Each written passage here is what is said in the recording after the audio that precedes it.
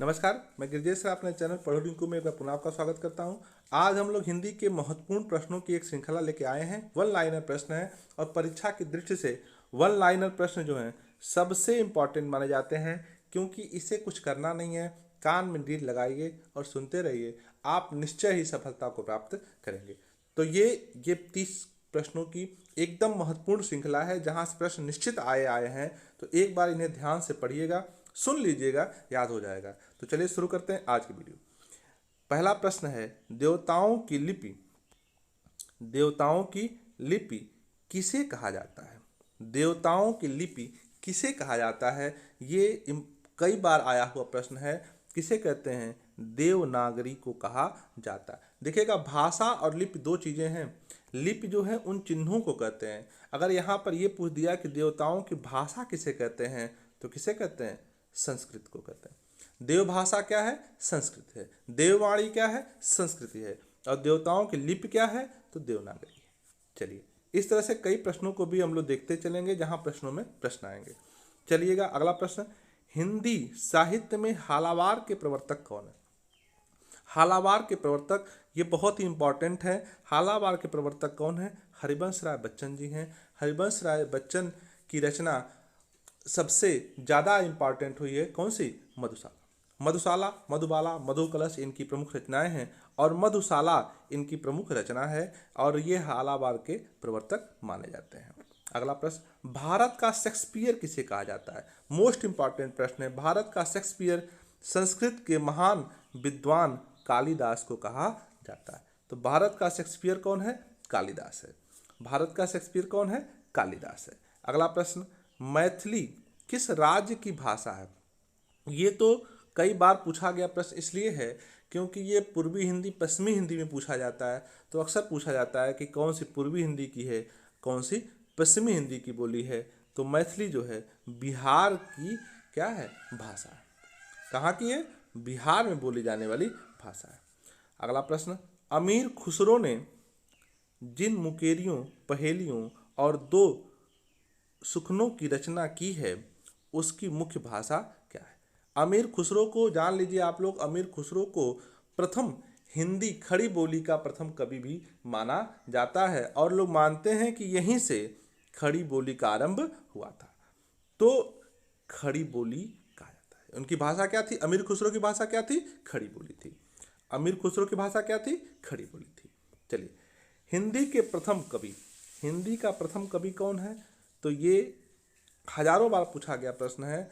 कौन है? सरहपा। सिद्ध सरहपा भी दे सकता है, सरहपा भी लिखा हो सकता है।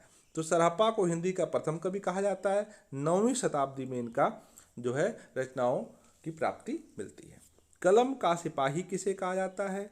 कलम का सिपाही मुंशी प्रेमचंद्र को कहा जाता है। कलम का सिपाही मुंशी प्रेमचंद जी को कहा जाता है। जो जिण सड़ भाषयु सो मई कहियु सारु, जो पालई सई भाव करी तो तसि पावई पारू। इस दोहे के रचनाकार कौन है? तो इसके रचनाकार कौन है? देवसेन। देवसेन की रचना है यहाँ पर जो लिखा गया है। आगे पढ़िए, अगला प्रश्न, हिंदी साहित्य में हालावार के प्रवर्तक, ये रिपीटेड प्रश्न हो गया है, कौन है? हरिवंश राय बच्चन जी हैं। आगे बढ़ते हैं। अगला प्रश्न है, भारत में सबसे कम बोला जाने वाला भारतीय समूह, भाषाई समूह है।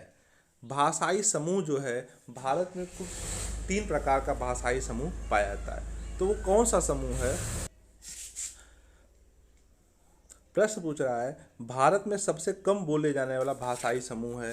तो भारत में देखिए कुल 4 प्रकार के भाषाई समूह पाए जाते हैं। कितने प्रकार के पाए जाते हैं? 4 प्रकार के। कितने प्रकार के पाए जाते हैं? 4 प्रकार के भाषाई समूह भारत में पाए जाते हैं। कौन कौन से पाए जाते हैं? भारोपी, द्रविड़, आस्ट्रिक और चीनी तिब्बती। तो सबसे कम जो है बोला जाने वाला भारतीय समूह, भाषाई समूह कौन सा है? कौन सा है? चीनी तिब्बती। इसकी संख्या, इसको बोले जाने वालों की संख्या सिर्फ 0.7% है। कितनी है? 0.7% है।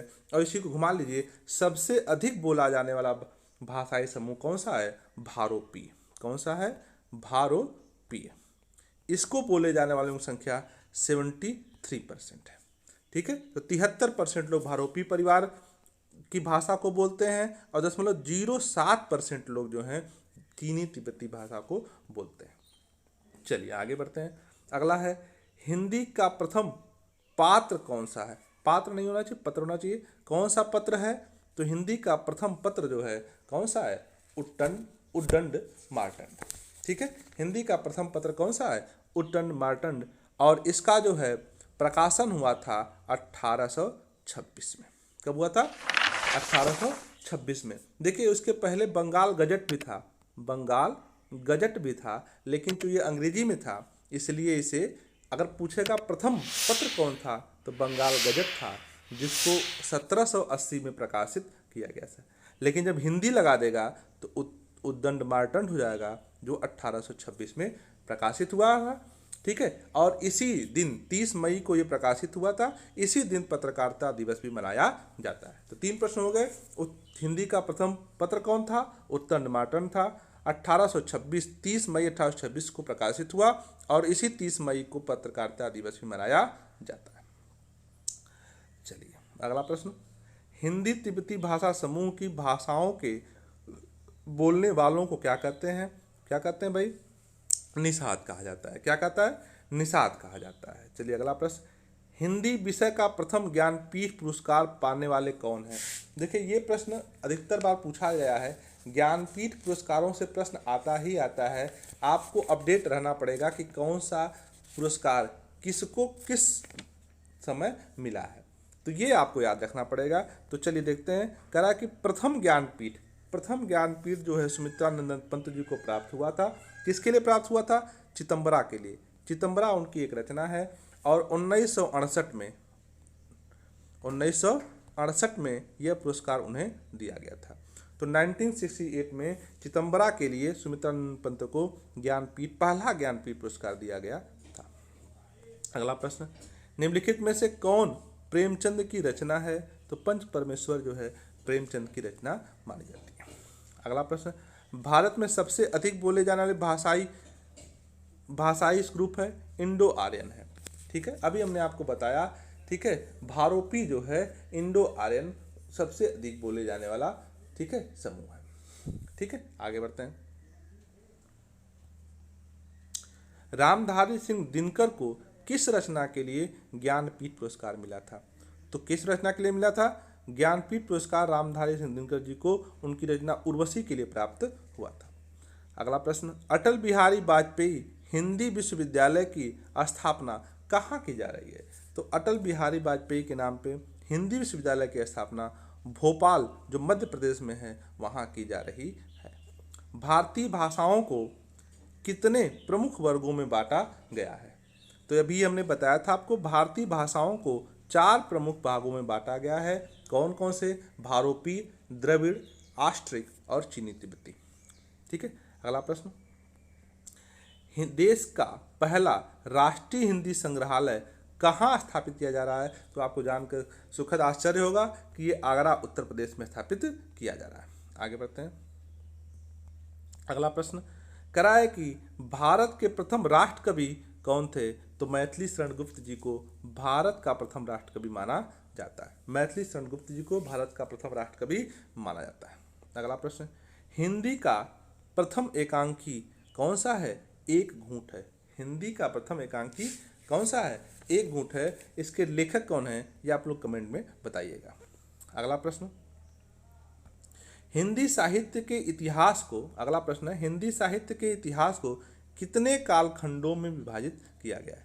तो हिंदी कालखंड के इतिहास को कुल 4 खंडों में विभाजित किया गया है। कौन कौन? आदिकाल, वीर गाथा काल, मध्यकाल, भक्तिकाल, उत्तर मध्यकाल, रीतिकाल या आधुनिक काल। देखिए इसमें कई चीज़ें हैं, इसको कई लोगों ने नामकरण किया है, लेकिन मुख्य रूप से 4 भागों में बांटा गया है। आप फिर से देख सकते हैं। पहला आदिकाल, जिसे वीरगाथा काल भी कहते हैं। ठीक है, मध्यकाल या इसे भक्तिकाल भी कहते हैं, उत्तर मध्यकाल जिसे रीतकाल भी कहते हैं, और आधुनिक काल। कुल 4 भागों में बांटा गया। एक नार पिया को भानी, तन वाको सगरा ज्यों पानी, इस पंक्ति किस भाषा की है? यह पंक्ति जो है किस भाषा की है? तो यहाँ पे आप देखेंगे तनवाको, ठीक है, तनवाको, इसी से पता चलता है कि ये ब्रज भाषा की क्या है, रचना है। यह पंक्ति किसकी है? ब्रज भाषा की है। वाको, को का अधिक प्रयोग किया जाता है किसमें? ब्रज भाषा में। संविधान की 8वीं अनुसूची के अनुसार कितनी भारतीय भाषाओं को कितनी भाषाओं को राजभाषा के रूप में संवैधानिक मान्यता प्राप्त है? तो 22 भाषाओं को, 22 भाषाएं हैं ये। कितनी भाषाएं? 22 भाषाएं हैं जिसे राज्य की 8वीं अनुसूची में जगह दिया गया। हिंदी गद्य के प्रतिष्ठापक कौन थे? प्रतिष्ठापक कौन थे? हिंदी गद्य के, गद्य का प्रतिष्ठापक माने आरंभ करने वाले कौन थे? तो कौन थे? आचार्य महावीर प्रसाद द्विवेदी।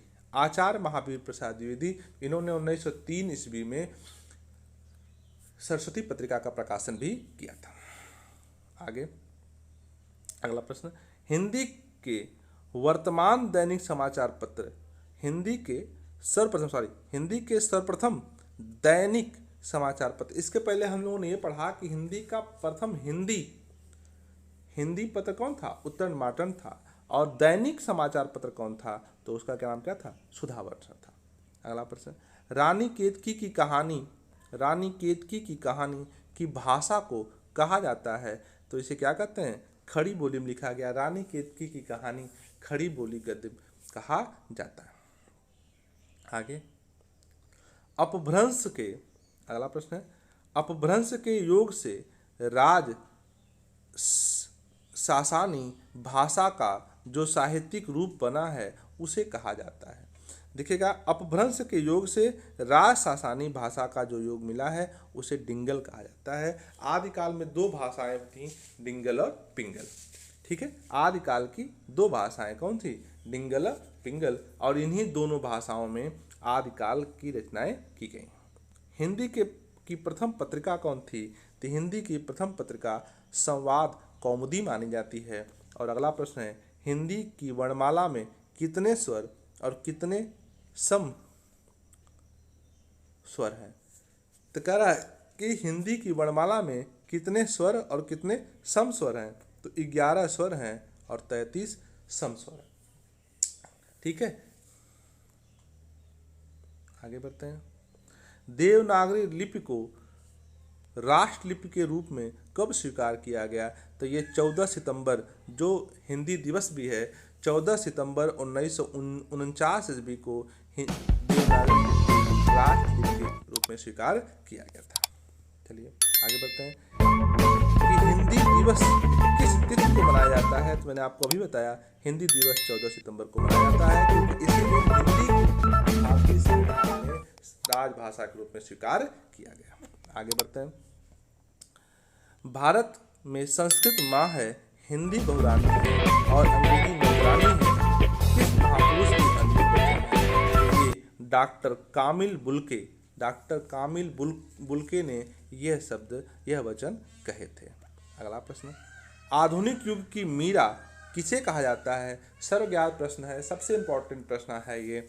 महादेवी वर्मा जी को आधुनिक युग की मीरा कहा जाता है। आप हमारे चैनल पे सभी प्रकार के प्रश्न जो हिंदी से संबंधित हैं, साथ ही साथ जीके के प्रश्न दोनों पाने के लिए हमारे चैनल को सब्सक्राइब जरूर करें। और कुछ कविताएं, अगर आप कविताओं में रुचि रखते हो तो वहाँ भी आ सकते हैं। तो चलिए अगले प्रश्न की तरफ चलते हैं। हिंदी साहित्य की प्रथम कहानी, तो प्रथम कहानी कौन सी है? इंदुमती है। हिंदी साहित्य की प्रथम कहानी कौन सी है? इंदुमती है। अगला प्रश्न, विश्व में सर्वाधिक भाषाएं किस देश में बोली जाती हैं? तो विश्व में सर्वाधिक भाषाएं भारत में बोली जाती हैं। ठीक है, चलिए आगे बढ़ते हैं। संविधान के किस अनुच्छेद के अनुसार हिंदी भारत की राजभाषा है? ये रिपीटेड प्रश्न है, हजारों बार पूछा गया प्रश्न है। अनुच्छेद 343(1) के अंतर्गत भारत की राजभाषा कौन सी है? हिंदी है। हिंदी भाषा का प्रथम महाकाव्य किसे कहा जाता है? तो हिंदी भाषा का प्रथम महाकाव्य पृथ्वीराज रासो को कहा जाता है, जिसके लेखक चंद्र बरदाई जी हैं। बांगरू, अगला प्रश्न है, बांगरू बोली का किस बोली से निकट संबंध है? तो बांगरू जो है खड़ी बोली से उसका निकट संबंध है। हरियाणवी भी कहा जाता है, कौरवी भी कहा जाता है, और बांगरू, ये सभी खड़ी बोली के निकट हैं या खड़ी बोली के विभिन्न रूप कहे जा सकते हैं। अगला प्रश्न, हिंदी के सर्वप्रथम गीत लेखक कौन थे? तो विद्यापति जी ने हिंदी के गीत सर्वप्रथम लिखे हैं। हिंदी का प्रथम उपन्यास परीक्षा गुरु है, आप सभी को पता होगा, और लेखक हैं इसके लाला श्रीनिवास दास। हिंदी में आंसू लिपि के जन्मदाता कौन है? तो हिंदी में आंसू लिपि के जन्मदाता कौन है? राधे लाल द्विवेदी। ठीक है, आंसू लिपि के जन्मदाता कौन है? राधे लाल द्विवेदी जी हैं हिंदी में आंसू लिपि के जन्मदाता। अगला प्रश्न, आधुनिक युग के चरण हैं, आधुनिक युग के चरण हैं कौन? रामधारी सिंह दिनकर। मैंने आधुनिक युग को उच्च गति पहुंचाने वाले कौन हैं? रामधारी सिंह दिनकर जी।